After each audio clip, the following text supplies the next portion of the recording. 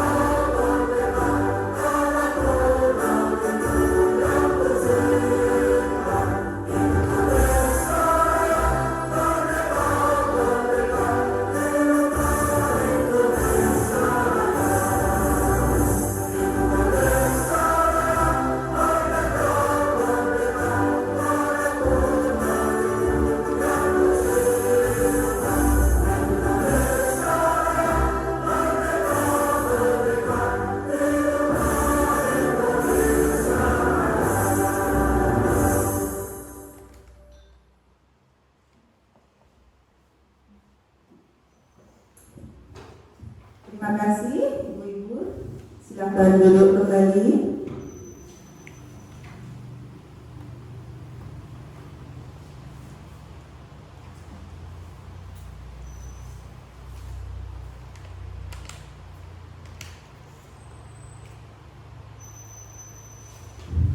Kemudian ibu-ibu, untuk menambah semangat siang hari ini kita akan ice breaking dulu.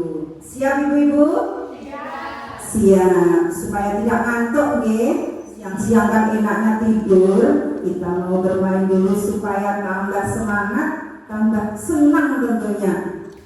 Di meja sudah ada benda, yaitu bentuk hewan. ice breaking yang pertama yaitu adu ketangkasan, Ibu-ibu.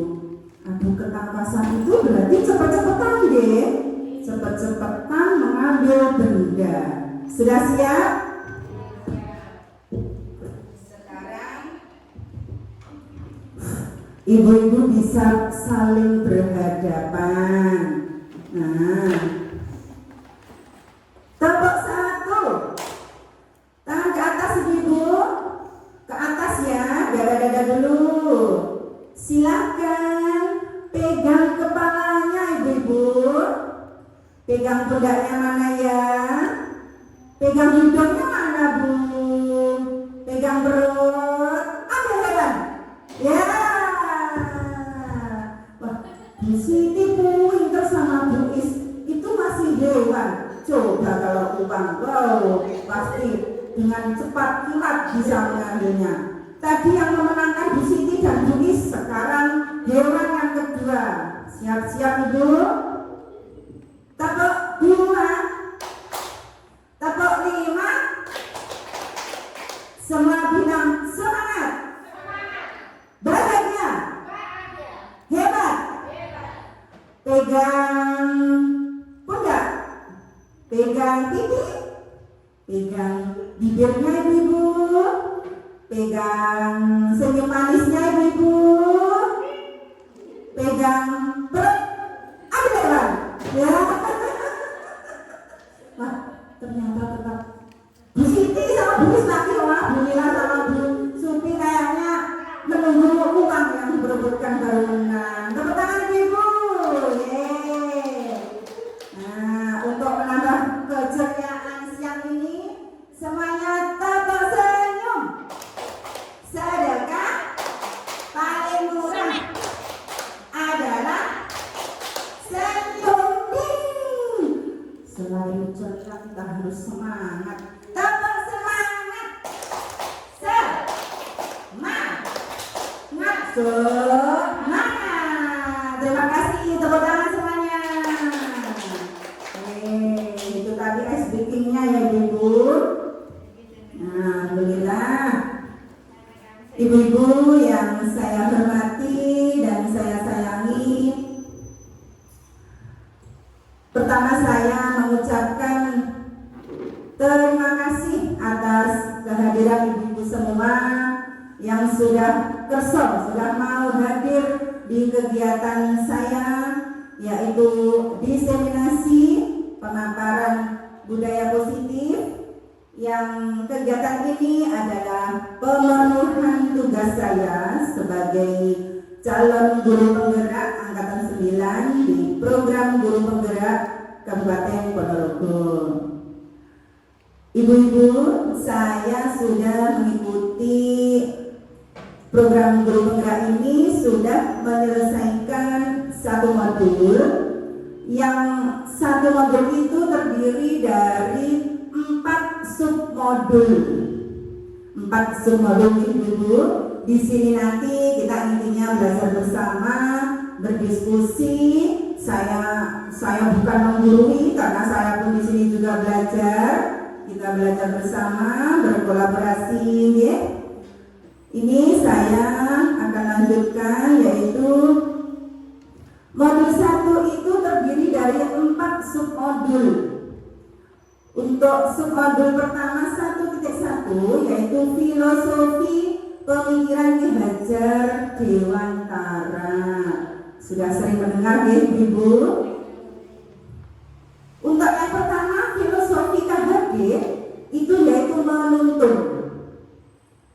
KHD menjelaskan bahwa tujuan pendidikan yaitu menuntun segala kodrat yang ada pada anak-anak agar mereka dapat mencapai keselamatan dan kebahagiaan yang setinggi-tingginya, baik sebagai manusia maupun sebagai anggota masyarakat. Oleh karena itu, pendidik itu hanya dapat menuntun tumbuh atau hidupnya kekuatan kodrat yang ada pada anak-anak agar dapat memperbaiki lakunya hidup dan tumbuhnya kekuatan kodrat anak. Untuk filosofi yang kedua yaitu kodrat alam dan kodrat zaman. KHD menjelaskan bahwa dasar pendidikan anak berhubungan dengan kodrat alam dan kodrat zaman. Kodrat alam berkaitan dengan sifat dan bentuk lingkungan di mana anak berada, sedangkan kodrat zaman berkaitan dengan isi dan irama. Kemudian untuk filosofi yang ketiga yaitu budi pekerti, merupakan perpaduan antara gerak pikiran, perasaan, dan kehendak atau kemauan sehingga menimbulkan tenaga. Budi pekerti juga dapat diartikan sebagai perpaduan antara cipta, karsa sehingga menciptakan karya. Yang keempat, filosofi KHD yaitu bermain, Ibu. Bermain, ini sudah sebenarnya wajib bagi anak-anak. Kodrat anak adalah bermain. Dalam bermain tentunya anak itu juga belajar. Kemudian untuk yang kelima, berhamba pada anak. Dari pengalaman KHD dengan anaknya yang bernama Asti, kita harus memuliakan anak, memberikan kebahagiaan dan penghargaan setinggi-tingginya sehingga anak bisa selamat dan bahagia. Itu tadi untuk submodul 1.1. Kemudian untuk submodul 1.2 yaitu nilai-nilai dan peran guru penggerak. Di sini nilai guru penggerak itu ada 5. Yang satu yaitu mandiri. Mandiri diharapkan mampu mendorong dirinya sendiri untuk melakukan perubahan, untuk memulai sesuatu, untuk mengerjakan sesuatu terkait dengan perubahan apa yang diinginkan. Kemudian yang kedua yaitu kolaboratif. Kolaboratif merupakan sikap saling ketergantungan secara positif. Positif kalau negatif tidak masuk ini berarti. Dibarengi tanggung jawab setiap individu, kerjasama, serta keterampilan komunikasi interpersonal. Dalam hal ini, guru diharapkan mampu melakukan kerjasama dengan berbagai pihak untuk mengembangkan dan menciptakan proses pembelajaran yang baik. Kemudian yang ketiga apa, Ibu? Yang ketiga apa, Ibu? Reflektif. Reflektif itu suatu kemampuan untuk menghubungkan pengetahuan yang diperolehnya dengan pengetahuan sebelumnya sehingga diperoleh suatu kesimpulan untuk menyelesaikan permasalahan yang baru. Kemudian nilai guru penggerak yang keempat berpihak pada murid, yang artinya dapat menempatkan diri seandainya guru menjadi murid.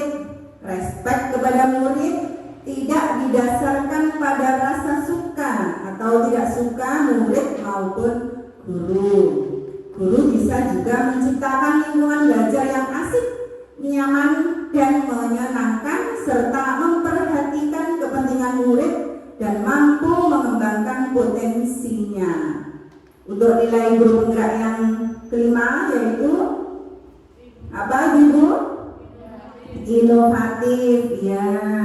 Mampu membuat gagasan-gagasan baru dan tepat guna terkait situasi tertentu ataupun permasalahan tertentu. Kata kunci nilai inovatif adalah kreatif, ide baru, adaptasi, dan modifikasi. Itu tadi submodul 1.2. Selain nilai guru penggerak, yaitu peran guru penggerak. Yang pertama, menggerakkan komunitas praktisi. Guru penggerak harus memberikan dampak kepada guru-guru lain serta dampak kepada sekolahnya. Seorang guru tidak hanya bergerak di dunia kerjanya saja, tapi juga harus bisa mengembangkan diri dalam komunitas pendidikan seperti KKD. Kemudian untuk yang peran guru penggerak kedua menjadi pemimpin pembelajaran. Seorang guru harus bisa menjadi pemimpin pembelajaran yang baik sesuai dengan trilogi KHD. Apa Bu? Ing ngarsa sung tulodo, ing madya mangun karsa, tupuri handayani. Kemudian yang ketiga, mewujudkan kepemimpinan murid. Guru dapat melaksanakan kegiatan pembelajaran berdasarkan kekeluargaan antara guru dengan murid. Terdapat hubungan yang sangat erat, memiliki kedekatan yang sangat baik dan berlandaskan kasih sayang seperti orang tua dan anaknya. Kemudian yang keempat, apa Bu Mila? Coba dibaca. Mendorong kolaborasi antar guru. Guru penggerak harus bisa membuka ruang diskusi positif dan ruang kolaborasi. Kemudian yang kelima, peran guru penggerak yaitu menjadi cus bagi guru lain. Diharapkan mampu melakukan perubahan di masing-masing institusi pendidikan mereka. Itu tadi sub 1.2. Kemudian yang 1.3 yaitu visi guru penggerak. Visi guru penggerak yaitu suatu cita-cita atau impian yang ingin diwujudkan oleh seorang guru penggerak terkait sosok murid atau sekolah impian di masa mendatang. Itu tadi submodul 1.1, 1.2, 1.3. Kemudian selanjutnya yaitu kita masuk untuk 1.4 yang kita nanti-nantikan yaitu budaya positif. Budaya positif. Ibu-ibu sudah sering mendengar budaya positif? Sudah ya. Di sini nanti ada beberapa pokok bahasan. Yang pertama yaitu perubahan paradigma. Kemudian disiplin positif dan motivasi. Kemudian keyakinan kelas. Selanjutnya pemenuhan kebutuhan dasar manusia. Kemudian posisi kontrol guru. Yang terakhir yaitu segitiga restitusi. Masih semangat Bu? Ya, siang-siang harus semangat dong. Di guru TK kan nggak boleh ya kalau nggak semangat. Harus semangat. Ya, ini tadi mengingat tentang pendidikan menurut KHD.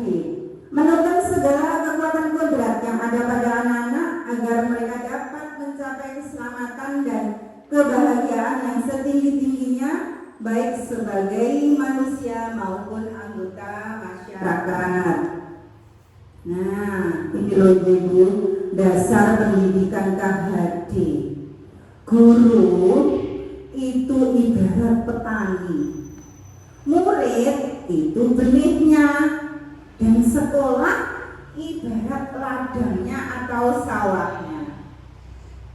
Petani yang menanam jagung hanya dapat menuntun tumbuhnya jagung.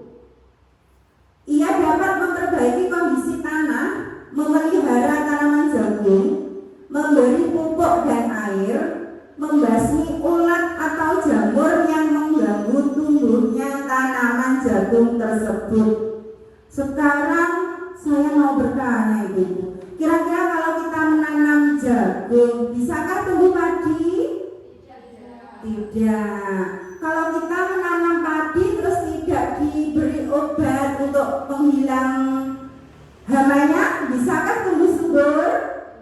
Tidak. Ya, seperti itulah dasar pendidikan KHD.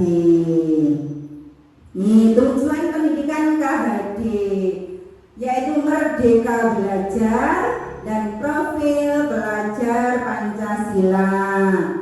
Ibu-ibu, apa saja yang termasuk profil pelajar Pancasila? Ayo.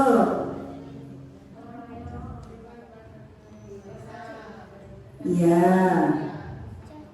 Beriman kepada Tuhan yang Maha Esa dan berakhlak mulia. Kemudian berkebinekaan global, gotong royong, kreatif, bernalar kritis, dan mandiri. Ada 6 profil pelajar Pancasila. Selanjutnya kita akan belajar tentang perubahan paradigma. Perubahan paradigma, ibu-ibu. Paparan Dr. William Glasser dalam Control Theory untuk meluruskan beberapa miskonsepsi tentang kontrol. 1. Ilusi guru mengontrol murid. 2. Ilusi bahwa semua penguatan positif, efektif, dan bermanfaat. Selanjutnya, ilusi bahwa kritik dan membuat orang merasa bersalah dapat menguatkan karakter. Ilusi bahwa orang dewasa memiliki hak untuk memaksa. Itu tadi paparan dari Dr. William Glasser. Nah, di sini bagaimana seseorang bisa berubah dari paradigma stimulus respon kepada pendekatan teori kontrol? Stephen Covey mengatakan bahwa bila kita ingin membuat kemajuan perlahan sedikit-sedikit, ubahlah sikap atau perilaku Anda. Namun, bila kita ingin memperbaiki cara-cara utama kita, maka kita perlu mengubah kerangka acuan kita. Ubahlah bagaimana Anda melihat dunia, bagaimana Anda berpikir tentang manusia. Ubahlah paradigma Anda, skema pemahaman, dan penjelasan aspek-aspek tertentu tentang realitas. Berarti di sini sebenarnya kita harus mau keluar dari zona nyaman, ibu-ibu. Kita mau berubah perlahan-lahan demi kemajuan. Kemudian disiplin positif dan motivasi. Apa itu disiplin positif, ibu-ibu? Nah, disiplin positif merupakan suatu cara penerapan disiplin yang bertujuan untuk menumbuhkan kesadaran memberdayakan anak untuk melakukan sesuatu tanpa sukuan, tanpa ancaman maupun tanpa hukuman. Berarti disiplinnya itu keluar dari hatinya sendiri, niatnya sendiri, tidak karena saya mau dapat hadiah, saya akan rajin mengerjakan tugas, saya takut nanti dihukum, saya akan cepat menyelesaikan tugas saya. Nah, itu sudah berbeda. Itu namanya disiplin positif. Nah, di sini ada hukuman atau konsekuensi. Contohnya, Andi harus menunggu di luar gerbang sekolah selama 30 menit karena datang terlambat. Nah, ini hukuman ini. Kemudian, Wati harus mengelap meja karena tidak sengaja telah menumpahkan air minum.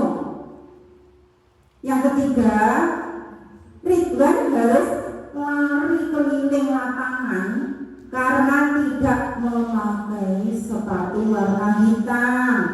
Ini tidak berlaku di TK, ibu-ibu. Ini bisa berlaku di SMK, SMP, seperti itu. Rita harus mengganti penggaris Dina karena telah mematahkannya.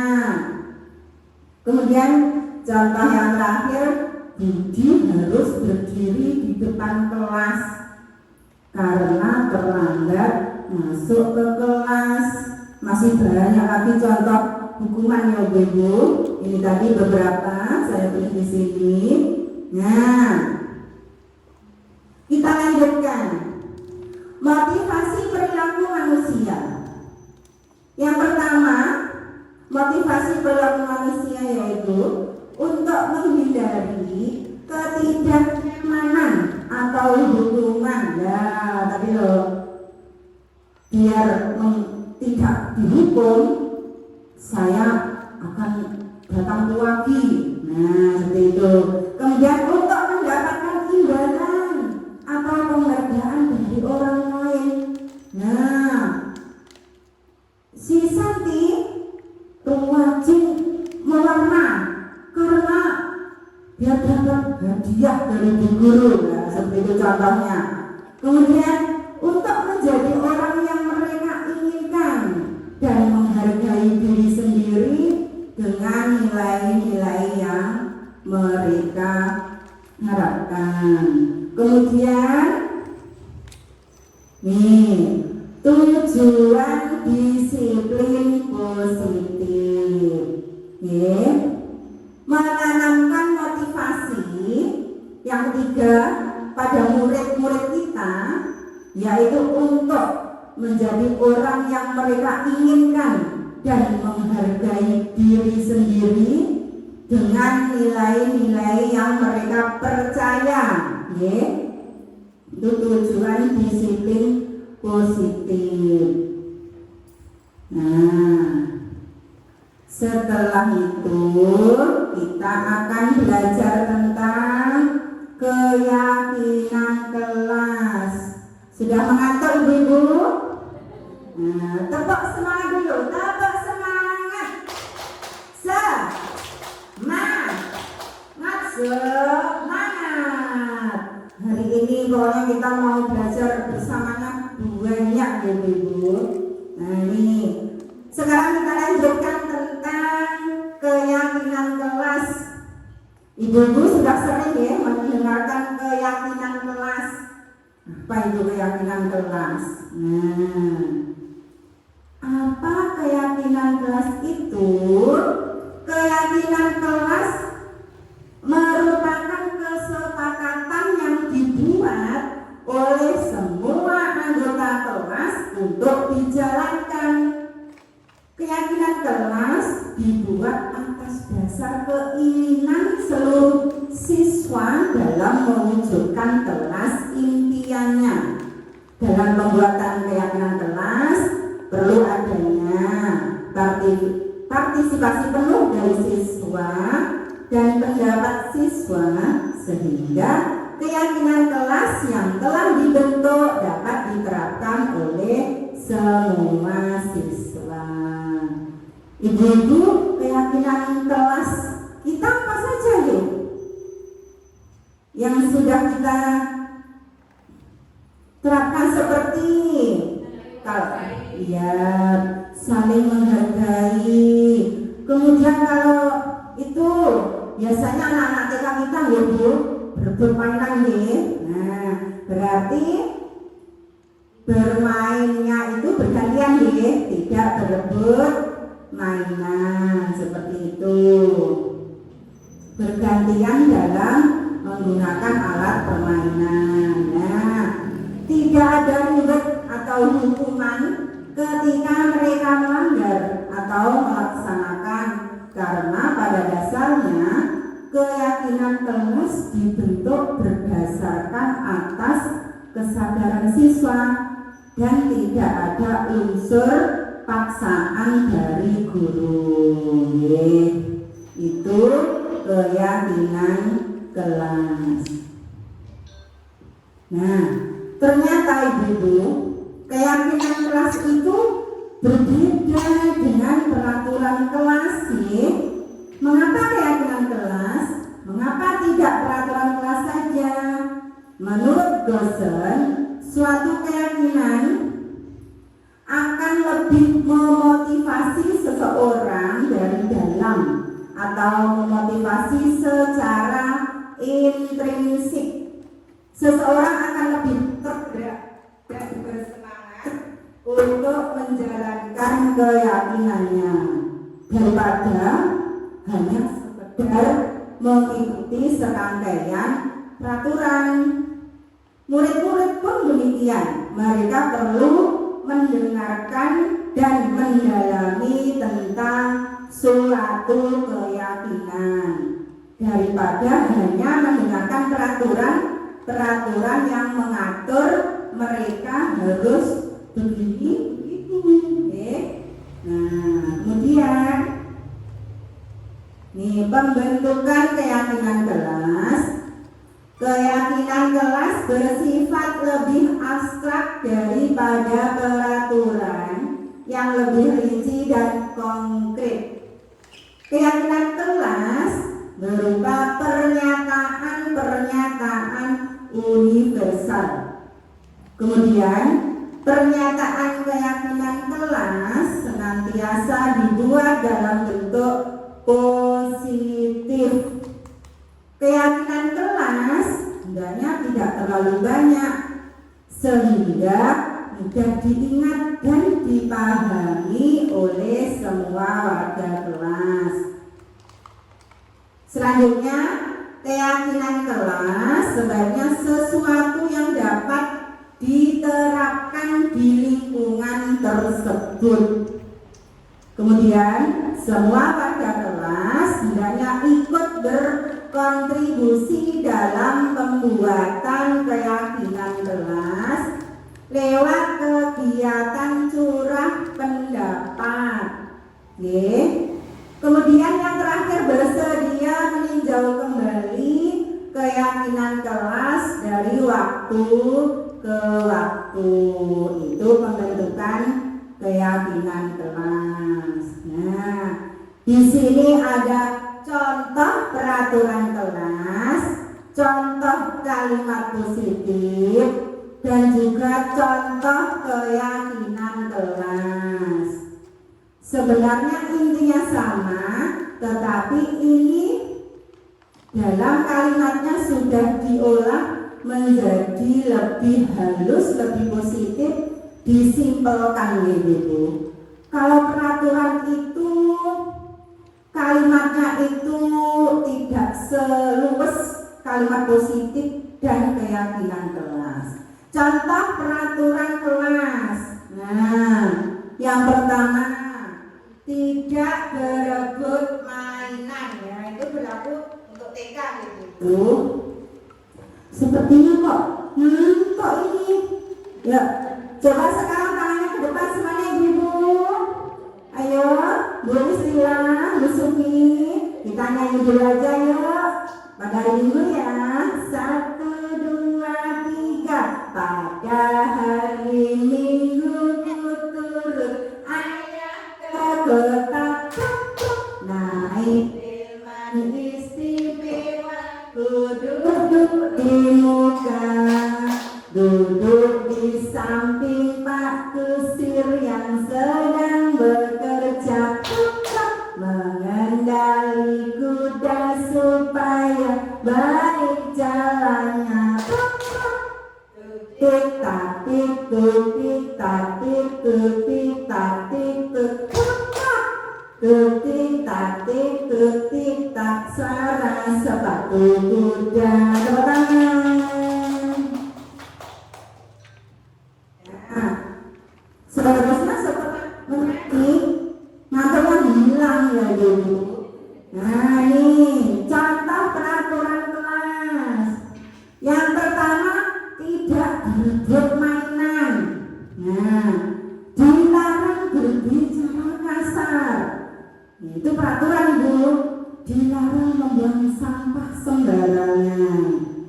Dilarang memukul teman. Dilarang mengambil barang milik teman tanpa izin. Dilarang membawa uang saku. Nah, itu peraturannya. Kalau kalimat positifnya, untuk yang pertama, bergantian dalam menggunakan alat bermain, berkata sopan santun dan tidak menyinggung perasaan, buanglah sampah pada tempatnya. Nah, ini saling menyayangi sesama teman. Kemudian, nah ini yang banyak terjadi di TK itu, meminta izin sebelum menggunakan barang milik teman. Kemudian yang terakhir, menggunakan seragam yang berlaku. Itu contoh kalimat positif.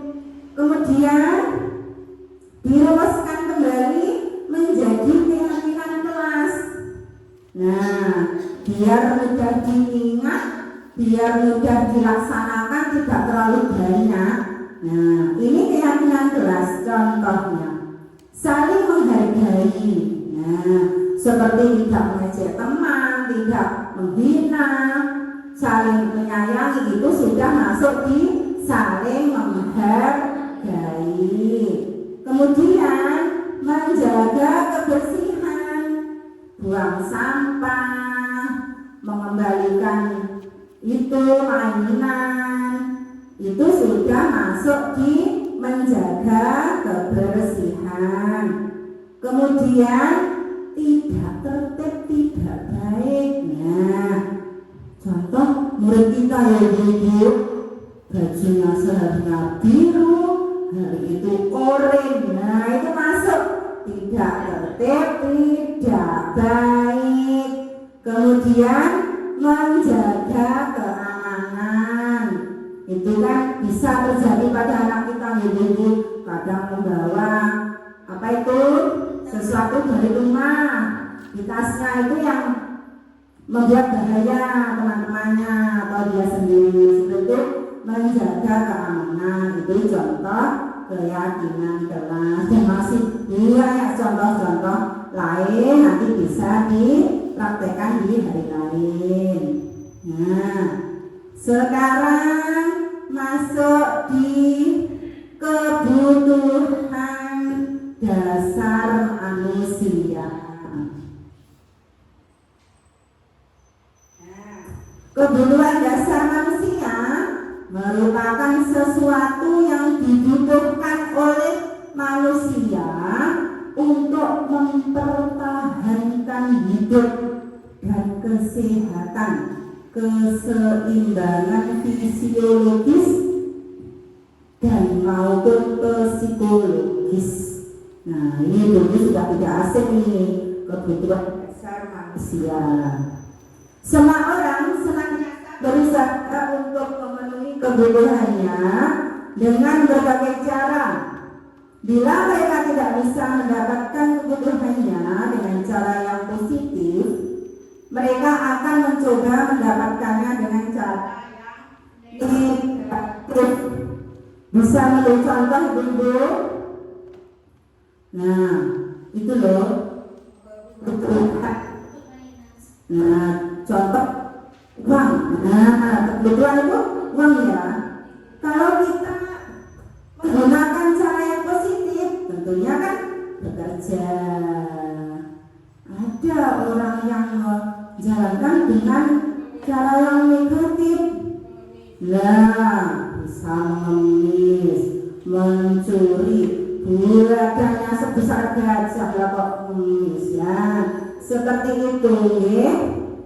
Nah, selanjutnya ini ada kasus Bu Ambar, guru wali kelas B di TK Pelita Hati, sedang bingung menghadapi ulang salah satu murid di kelasnya, namanya Doni. Beberapa anak di kelas B telah datang padanya dan mengeluhkan Doni yang sering kali meminta berkat makan siang mereka dengan paksa.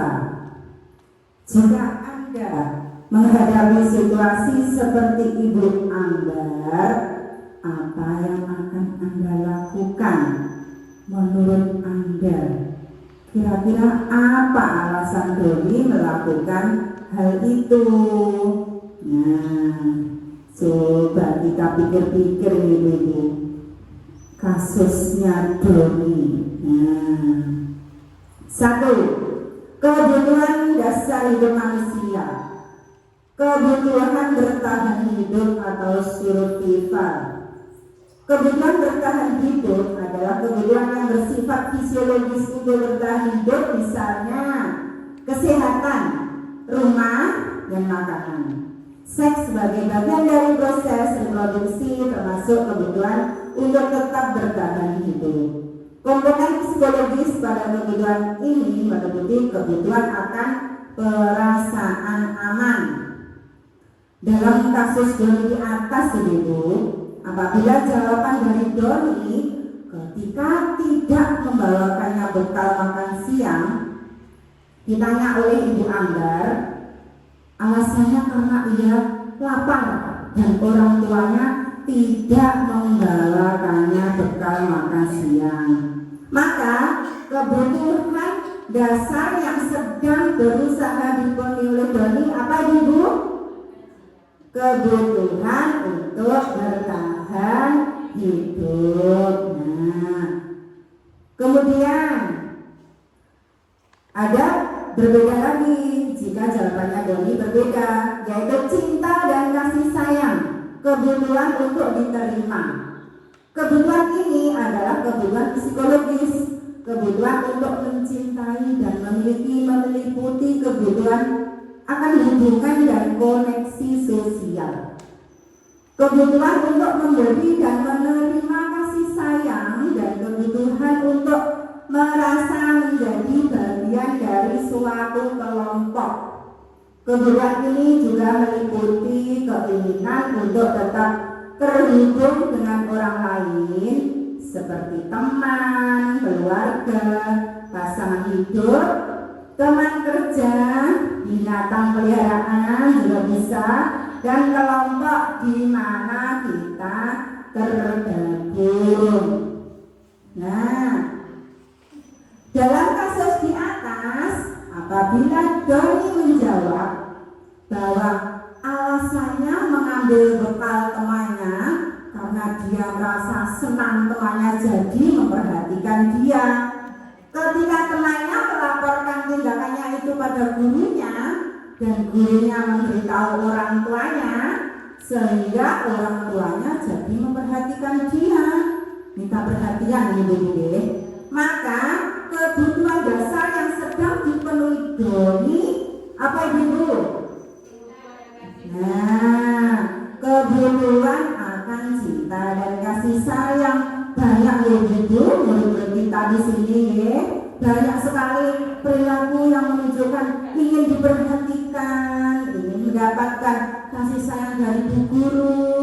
Mungkin di rumahnya ibunya nggak ada, cuma sama bapaknya. Jadi semuanya itu ingin didapatkan dari bu guru, ingin diperhatikan seperti itu ya. Nah, kemudian penguasaan kebutuhan pengakuan atas kemampuan. Kebutuhan ini berhubungan dengan kekuatan untuk mencapai sesuatu, menjadi kompeten, menjadi terampil, diakui atas prestasi dan keterampilan kita, didengarkan dan memiliki rasa harga diri.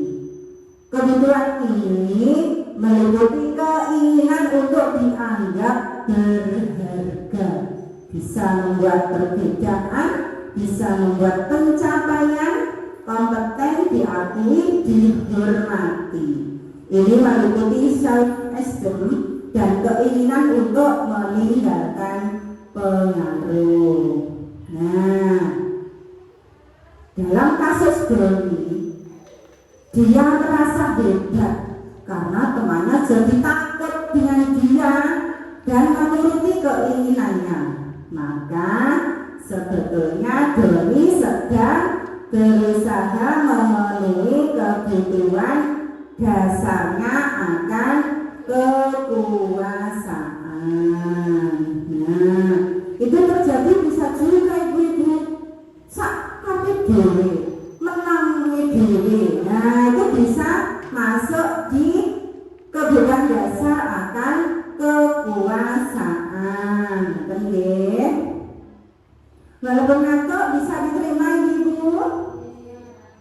Bisa. Kemudian yang keempat, kebebasan. Kebutuhan dasar manusia, kebebasan. Kebutuhan untuk bebas adalah kebutuhan akan kemandirian, otonomi, memiliki pilihan, dan mampu mengendalikan arah hidup seseorang. Anak dengan kebutuhan kebebasan yang tinggi menginginkan pilihan. Mereka perlu banyak bergerak, suka mencoba-coba, tidak terlalu terpengaruh orang lain, dan senang mencoba hal baru dan menarik. Nah, seperti Budisma ya, Buddhis ya. Nah, itu suka mencoba-coba, tidak terpengaruh orang lain. Pokoknya inginnya lulus pakai sepeda di papan ya sudah, temannya pewarna ya sudah, enggak nganggep, pokoknya pengen coba-coba yang dia sukai, seperti itu. Nah, bila jawaban Doni dalam kasus di atas adalah dia merasa bosan dengan bekal dari rumahnya yang biasanya dibawakan ibunya itu, karena ibunya selalu membawa bekal yang sama, mungkin tiap hari telur saja, tempe saja. Nah, oleh karena itu dia ingin mencoba makanan temannya yang beraneka ragam. Maka Doni sedang berusaha memenuhi kebutuhannya apa ibu? Kebebasan. Nah, ini yang terakhir. Kebutuhan dasar manusia, kesenangan, kebutuhan untuk merasa senang. Kebutuhan akan kesenangan adalah kebutuhan untuk mencari kesenangan bermain dan tertawa. Nah, itu anak TK ya. Bayangkan hidup tanpa kenikmatan apapun, betapa menyedihkan diri itu. Nah, Glaser menghubungkan kebutuhan akan kesenangan dengan belajar. Semua hewan dengan tingkat intelijensi tinggi, ada anjing, lumba-lumba, primata, dan lain-lain, bermain. Saat mereka bermain, mereka mempelajari keterampilan hidup yang penting. Manusia tidak berbeda. Anak-anak dengan kebutuhan dasar kesenangan yang tinggi biasanya ingin menikmati apa yang dilakukan. Mereka juga konsentrasi tinggi saat mengerjakan hal yang disenangi. Mereka suka permainan dan suka mengoleksi barang, suka bergurau, suka melucu, dan juga menggemaskan diri, bahkan saat bertingkah laku buruk. Nah, ini banyak terjadi, sering terjadi pada Rino ya Bu. Pada tingkah lakunya itu ya Allah, suka ngompol lalu ke sana ke sini. Nah itu sebenarnya tidak baik, tetapi menjadi lucu karena anak-anak. Nah itu kebutuhan kesenangan. Dalam kasus di atas, bila Doni menjawab bahwa ia melakukannya karena iseng saja, dan dia menikmati ekspresi wajah teman-temannya yang kesal karena diambil makanannya, dan menurut dia ekspresi teman-temannya itu lucu, maka berarti Doni sedang berusaha memenuhi kebutuhannya, yaitu kesenangan. Nah, seperti itu dulu. Nah, itu tadi kebutuhan dasar manusia. Selanjutnya kita sudah sampai di posisi kontrol. Di sini saya punya video dulu. Silakan ibu-ibu untuk menyimaknya ya. Nah. Bu, selalu pasal bisa dari awal ya.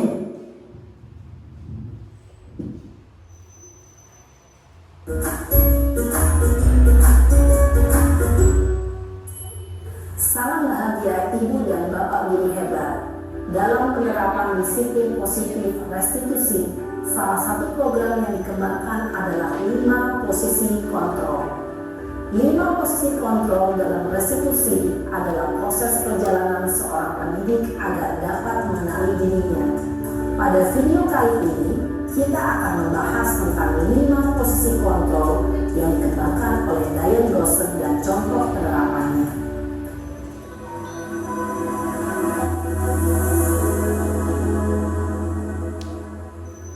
5 posisi kontrol itu adalah 1. Posisi penghukum, 2. Posisi pembuat merasa bersalah, 3. Posisi teman, 4. Posisi pemantau atau monitor, dan 5. Posisi manajer. Untuk lebih memahami kelima posisi tersebut, mari kita saksikan kasus Naren yang terlambat hadir 20 menit di sekolah dan melihat bagaimana kelima posisi kontrol dalam menghadapi masalah tersebut.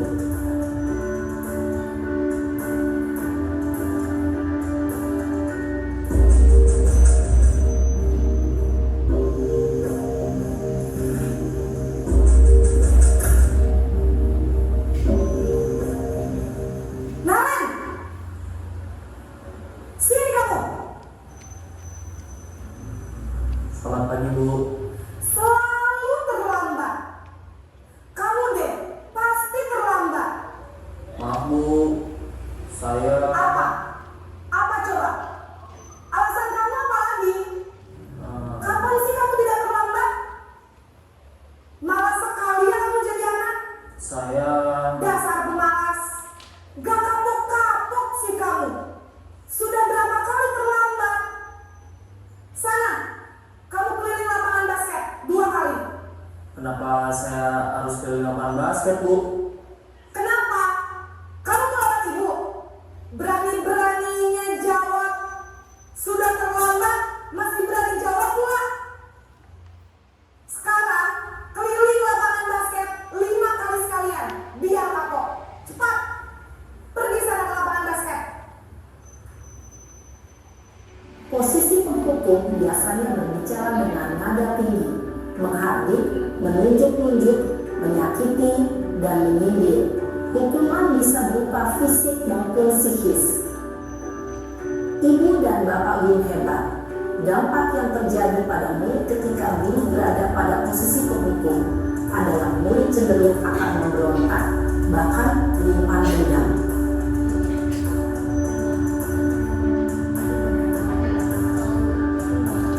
Nah ini, pembuat merasa bersalah begitu, kita saksikan.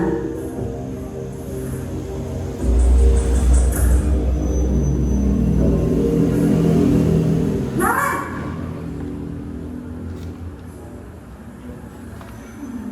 Selamat pagi, Bu. Naren, kamu kenapa terlambat lagi nak? Ya Tuhan Naren, kamu senang ya bikin ibu susah ya? Kalau kamu terlambat lagi, nanti ibu yang ditegur bapak kepala sekolah nak. Disangka ibu tidak bisa membina kamu. Duh, gimana ini? Maaf, Bu. Duh Gusti Naren, kamu suka ya kalau ibu ditegur bapak kepala sekolah? Terus, sekarang ibu harus tulis apa yang di buku absen? Ini kamu sudah sering terlambat loh. Ibu harus apa coba? Maaf, Bu. Maaf sekali. Ya sudah, lain kali jangan bikin ibu susah lagi anak ya. Ibu tidak akan kuat lagi kalau kamu begini terus. Bisa jantungan kalau ibu ditegur bapak kepala sekolah. Sana cepat ke kelas. Maaf ya, Bu. Maaf sekali. Nah, Posisi pembuat rasa bersalah berbicara dengan nada tenang, cenderung lembut. Namun kata-kata yang diutarakan membuat murid merasa menjadi orang yang gagal, memandang buruk dirinya sendiri, merasa tidak berharga, dan tidak sanggup membahagiakan orang lain. Ketika guru mengambil posisi pembuat rasa bersalah, murid akan menganggap dirinya yang bersalah dan ia akan menyimpan emosi negatif tersebut di dalam dirinya. Posisi teman dulu.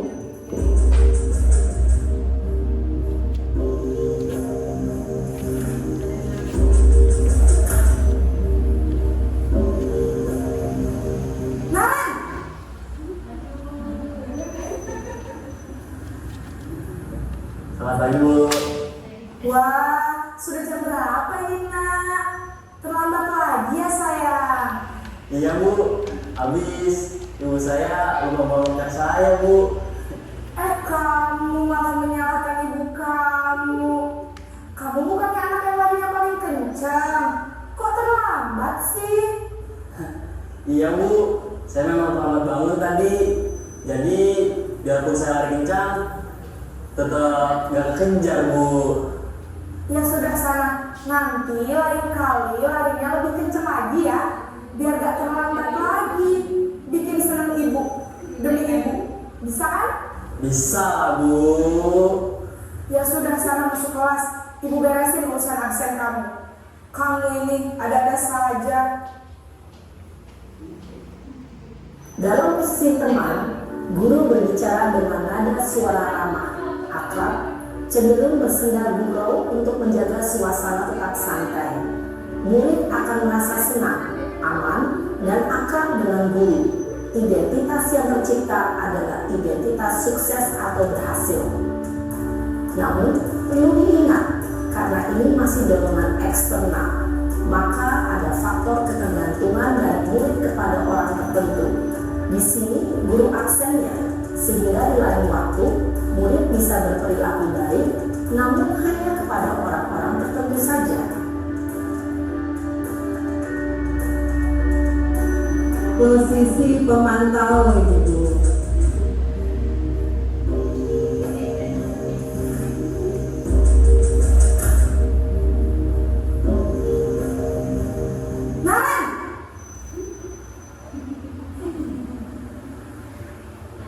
Selamat pagi Bu.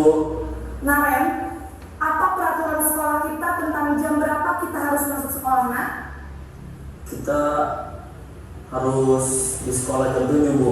Iya betul, sekarang sudah jam 7.20. Naren sudah tahu konsekuensinya jika terlambat hadir. Paham Bu, saya harus tinggal kelas pas jam istirahat selama 20 menit. Iya benar, konsekuensinya demikian. Jadi nanti jam 9.30 pas istirahat, kamu harus tinggal di kelas, kerjakan tugas tambahan untuk ketertinggalan kamu, ya? Baik Bu. Posisi pemantau mengandalkan penghitungan atau data untuk mengontrol murid. Guru mengarahkan murid berdasarkan peraturan dan konsekuensi. Seorang pemantau menunjukkan bahasa tubuh dan ekspresi wajah yang datar dan cenderung formal.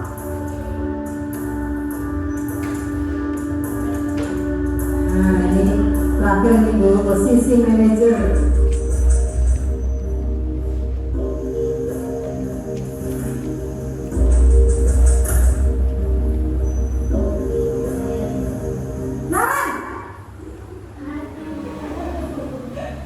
Dari tadi panggil keras.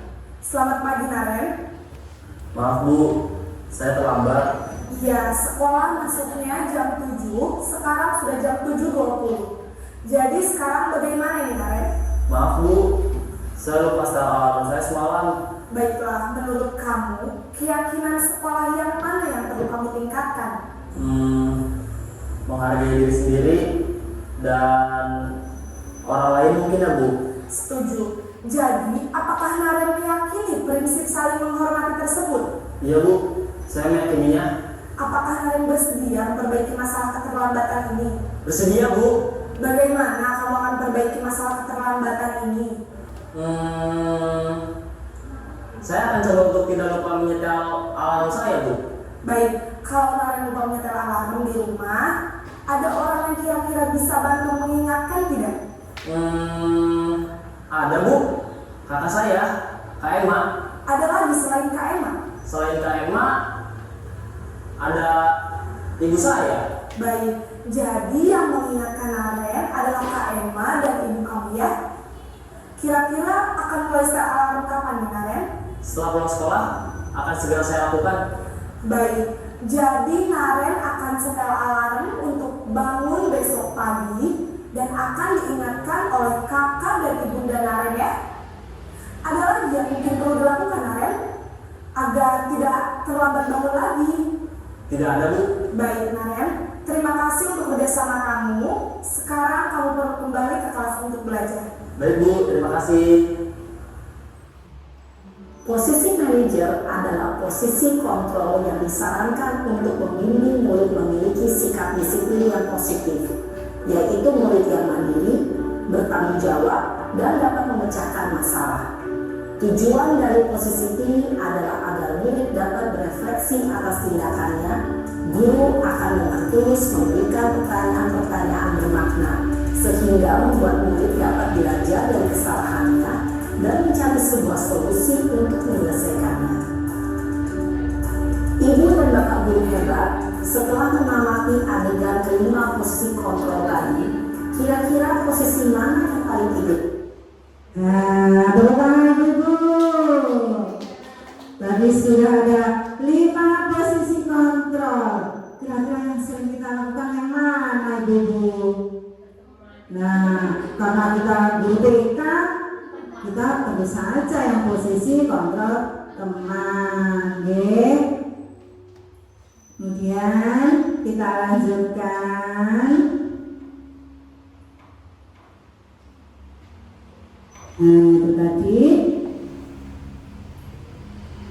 ada 5 posisi kontrol, Ibu. Yang satu yaitu penghukum. Yang satu penghukum, kemudian kedua pembuat orang merasa bersalah, kemudian posisi kontrol teman, kemudian 4 pemantau atau monitor, kemudian yang terakhir yaitu manajer. Penghukum, seorang penghukum bisa menggunakan hukuman fisik maupun verbal. Orang-orang yang menjalankan posisi penghukum senantiasa mengatakan bahwa sekolah memerlukan sistem yang dapat lebih menekan murid-murid lebih dalam lagi. Guru seperti ini senantiasa percaya hanya ada satu cara agar pembelajaran bisa berhasil, yaitu dengan caranya si dia. Nah, guru-guru yang menerapkan posisi penghukum akan berkata, "Patuhi aturan saya," atau "awas ya." Nah, kamu selalu saja salah. Selalu, pasti selalu yang terakhir selesai. Nah, itu seorang penghukum. Nah, pembuat orang merasa bersalah. Pada posisi ini biasanya guru akan bersuara lebih lembut. Pembuat orang merasa bersalah akan menggunakan keheningan yang membuat orang lain merasa tidak nyaman, bersalah, dan rendah diri. Di posisi ini, murid akan memiliki penilaian diri yang buruk tentang diri mereka. Murid merasa tidak berharga dan telah mengecewakan orang-orang yang disayanginya. Kata-kata yang keluar dengan lembut akan seperti, "Ibu sangat kecewa sekali dengan kamu, nak." Nah, seperti itu ya. Gimana coba kalau orang tua kamu tahu kamu berbuat begini? Nah, jadi anaknya merasa sangat menjadi bersalah dan menjadi rendah diri, merasa rendah diri. Nah, kemudian, nah ini posisi kata teman. Guru pada posisi ini tidak akan menyakiti muridnya, namun akan tetap berupaya mengontrol murid melalui persuasi. Posisi teman pada guru bisa negatif ataupun positif. Positif di sini berupa hubungan baik yang terjalin antara guru dan murid. Guru di posisi teman menggunakan hubungan baik dan humor untuk memelihara seseorang. Hal negatif dari posisi teman adalah bila suatu saat guru tersebut tidak membantu, maka murid akan kecewa dan berkata, "Saya pikir bapak atau ibu teman saya." Murid merasa dikecewakan dan tidak mau lagi berusaha. Hal ini yang mungkin timbul adalah murid hanya akan bertindak untuk guru tertentu dan tidak untuk guru lainnya. Murid akan tergantung pada guru tersebut.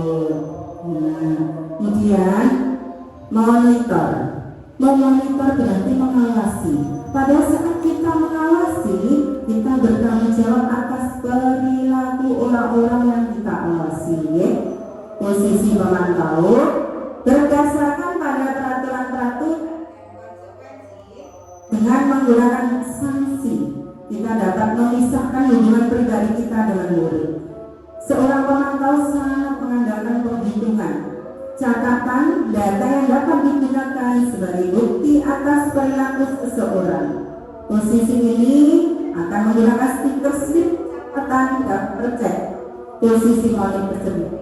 Berawal dari teori stimulus respon yang menunjukkan tanggung jawab guru dalam mengontrol murid. Yang terakhir, manajer. Posisi terakhir manajer adalah posisi mentor, di mana guru berbuat sesuatu bersama dengan murid, mempersilahkan murid mempertanggungjawabkan perilakunya, mendukung murid agar dapat menemukan solusi atas permasalahannya sendiri. Seorang manajer telah memiliki keterampilan di posisi teman maupun pemantau, dan dengan demikian bisa jadi di waktu-waktu tertentu kembali kepada kedua posisi tersebut bila diperlukan, yaitu manajer. Nah, kita masuk ke tema yang terakhir dulu, yaitu ketiga, restitusi. Ibu-ibu masih semangat? Ya, ini sudah terakhir ibu-ibu. Ketiga, restitusi. Ada video yang bisa ibu-ibu simak ya. Segitiga restitusi. Apa ya segitiga restitusi?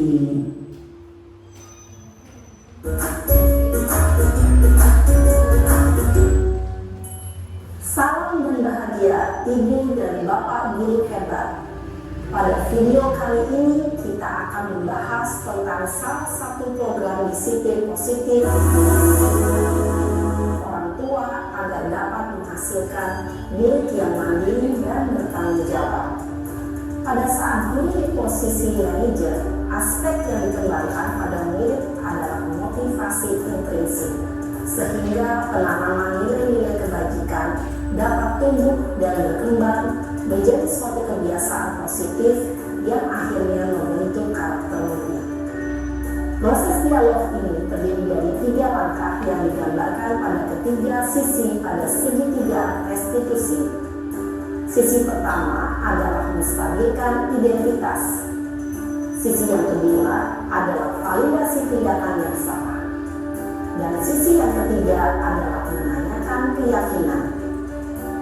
Ibu dan bapak guru, berikut ini akan ditunjukkan bagaimana seorang guru berada dalam posisi manajer menggunakan penerapan segitiga restitusi.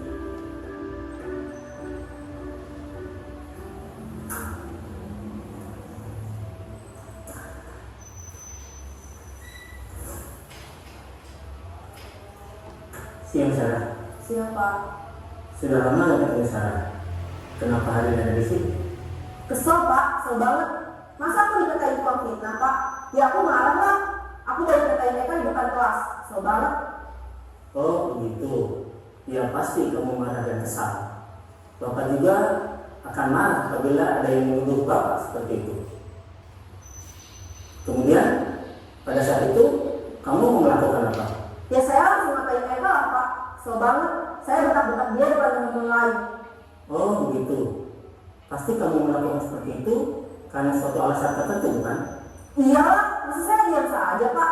Ya saya bela diri lah. Masa saya dituduh tukang fitnah? Ya wajar lah. Mempertahankan harga diri itu sesuatu yang penting buat kamu.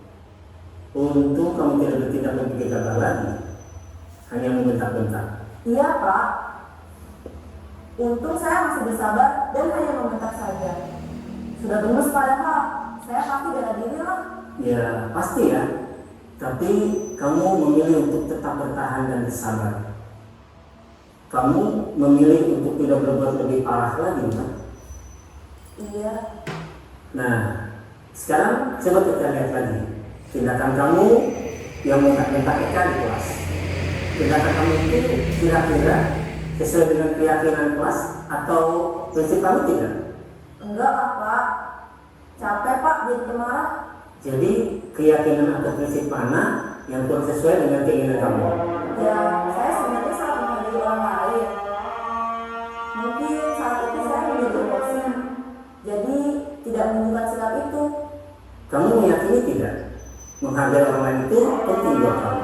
Yakin lah, Pak. Iya, setuju. Kita harus saling menghargai. Namun, ada juga keyakinan yang kita sepakati yang perlu kita jalankan apabila kita sedang marah, kan? Ya, saya bisa lebih proaktif, mulai dengan diri sendiri. Saya bisa jadi lebih bersabar, mengambil kejadian untuk berpikir mau apa saya. Kira-kira kamu bersedia memperbaiki masalah ini tidak? Bersedia, Pak. Kalau kamu memperbaiki masalah ini, kamu akan menjadi orang seperti apa? Saya akan menjadi orang yang bertanggung jawab kali ya, Pak. Dan saya satu aktif. Iya, menurut kamu bagaimana rasanya menjadi orang seperti itu? Ya nyaman lah, bangga bisa bersabar dan mengerti. Baiklah kalau begitu. Yuk kita pikirkan bagaimana memperbaiki masalah ini.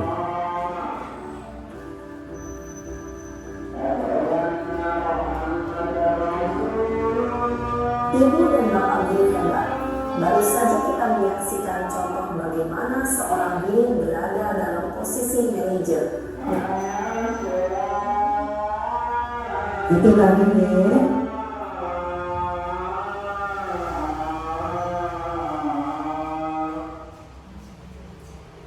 Kita lihat sebentar dulu ada nih.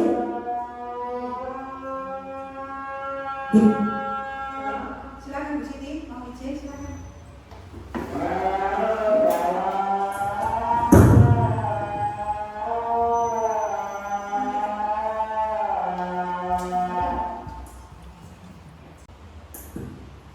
Nah, itu tadi deh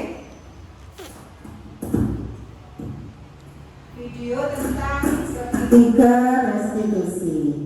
Restitusi adalah proses menciptakan kondisi bagi murid untuk memperbaiki kesalahan mereka sehingga mereka bisa kembali pada kelompok mereka dengan karakter yang lebih kuat. kemudian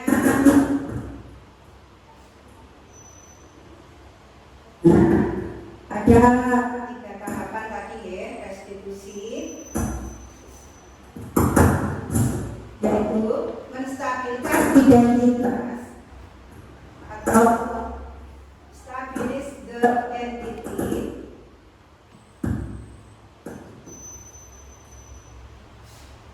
kemudian validasi tindakan yang salah.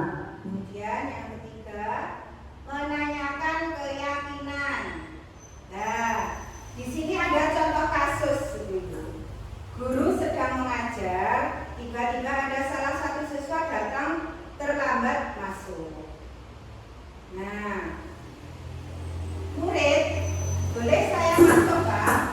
Silakan. Kok mati ya? Cek mana ya? Oke. Boleh saya masuk Pak? Kemudian guru menjawab, silakan. Tapi setelah selesai pelajaran saya, kamu temui saya di kantor ya. Iya Pak. Nah, kamu tahu alasannya kenapa Bapak memanggil kamu ke sini? Tahu Pak, saya hari ini terlambat datang ke sekolah. Akhir-akhir ini Bapak lihat kamu sering terlambat datang ke sekolah, tapi di sini Bapak tidak mau fokus pada kesalahanmu. Bapak hanya ingin tahu alasannya saja. Iya Pak. Kemudian guru, setiap orang pernah melakukan kesalahan dan kamu bukan satu-satunya orang yang pernah melakukan kesalahan ini. Kita bisa menyelesaikan ini sama-sama. Ya Pak Guru, jawab muridnya. Kamu pasti punya alasan kenapa akhir-akhir ini sering terlambat. Kalau Bapak boleh tahu apa yang menjadi alasannya? Ternyata sepedanya rusak Pak. Jadi saya harus jalan kaki ke sekolah. Berapa jarak rumahmu ke sekolah? 3 km Pak Guru. Kira-kira apa solusinya supaya kamu tidak terlambat lagi? Saya harus memperbaiki sepeda saya Pak.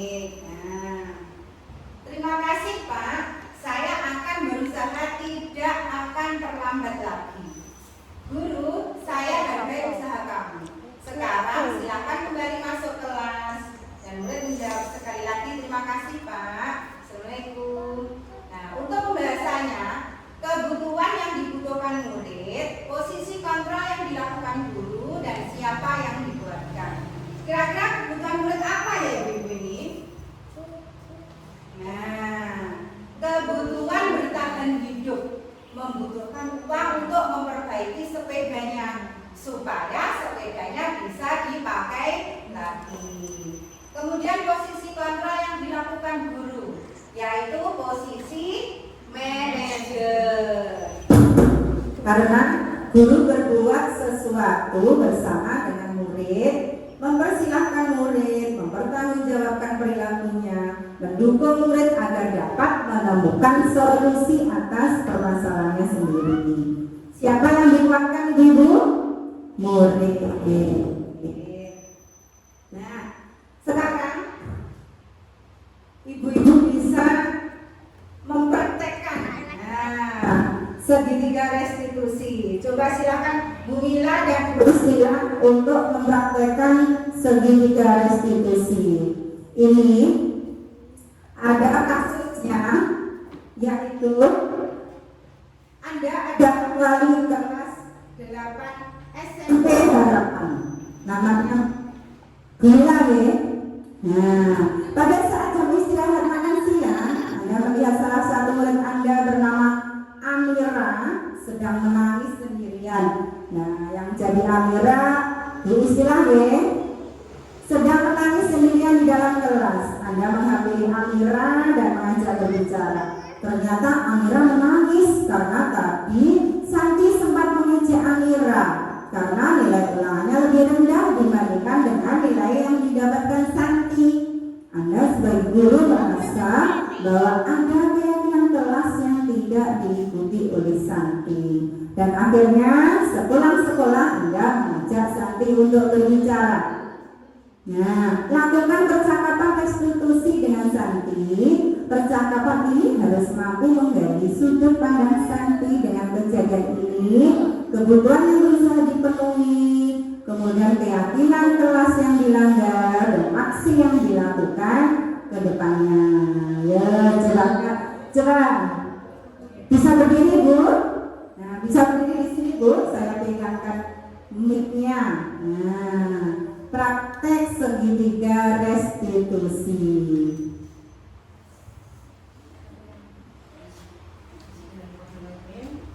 Selamat siang, Santi. Selamat siang Bu Guru. Bu Guru mau mengajak berbicara dengan kamu. Apakah benar kamu yang membuat Amira nangis? Benar Bu Guru. Mengapa kamu melakukan hal itu? Karena nilai Amira lebih rendah daripada punyaku. Nilaiku lebih bagus Bu Guru. Ya, kamu merasa bangga dengan hasil yang kamu dapatkan. Tapi ingat Amira, ada hal yang merugikan orang lain. Apakah tindakanmu mencerminkan keyakinan kelas kita? Tidak, Bu. Apa salah satu keyakinan kelas yang kita yakini? Saling menghargai. Saya minta maaf Bu, saya salah. Ya, tidak ada manusia yang sempurna. Ibu tidak menyalahkan kamu nak. Ibu akan memberi solusi untuk kamu. Mulai besok kamu berubah sikap ya. Tidak menghina teman, harus menghargai hasil teman seperti keyakinan kelas kita yang sudah kita sepakati. Kamu meminta maaf ke Amira ya, dan berjanji tidak akan mengulangi lagi. Ya Bu Guru, terima kasih. Sama-sama Santi. Oke, tepuk tangan. Terima kasih Bu Istila dan Bu Mila sudah praktek segitiga restitusi. Sangat menarik ya Bu Guru. Nah, ternyata dan alhamdulillah sudah sampailah kita di sesi terakhir pengembasan budaya positif hari ini ya Ibu-ibu, dari submodul pertama sampai submodul yang keempat, 1.4 budaya positif. Dan semoga apa yang saya sampaikan bisa bermanfaat untuk khususnya saya sendiri, untuk ibu-ibu guru semuanya, dan untuk lembaga TK Dharma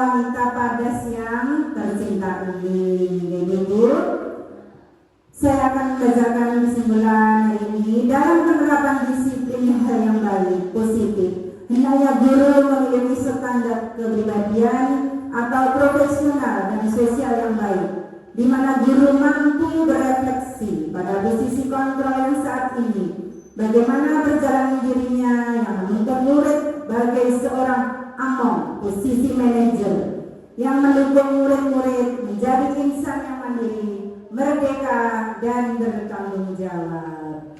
Dan akhirnya saya meminta maaf atas segala kekurangan, mengucapkan terima kasih sebesar-besarnya kepada ibu guru semua yang sudah setia sampai di sesi terakhir pemaparan saya hari ini. Dan akhirnya marilah kita tutup dengan bacaan hamdalah. Alhamdulillahirabbil alamin. Akhirul kalam. Wassalamualaikum warahmatullahi wabarakatuh.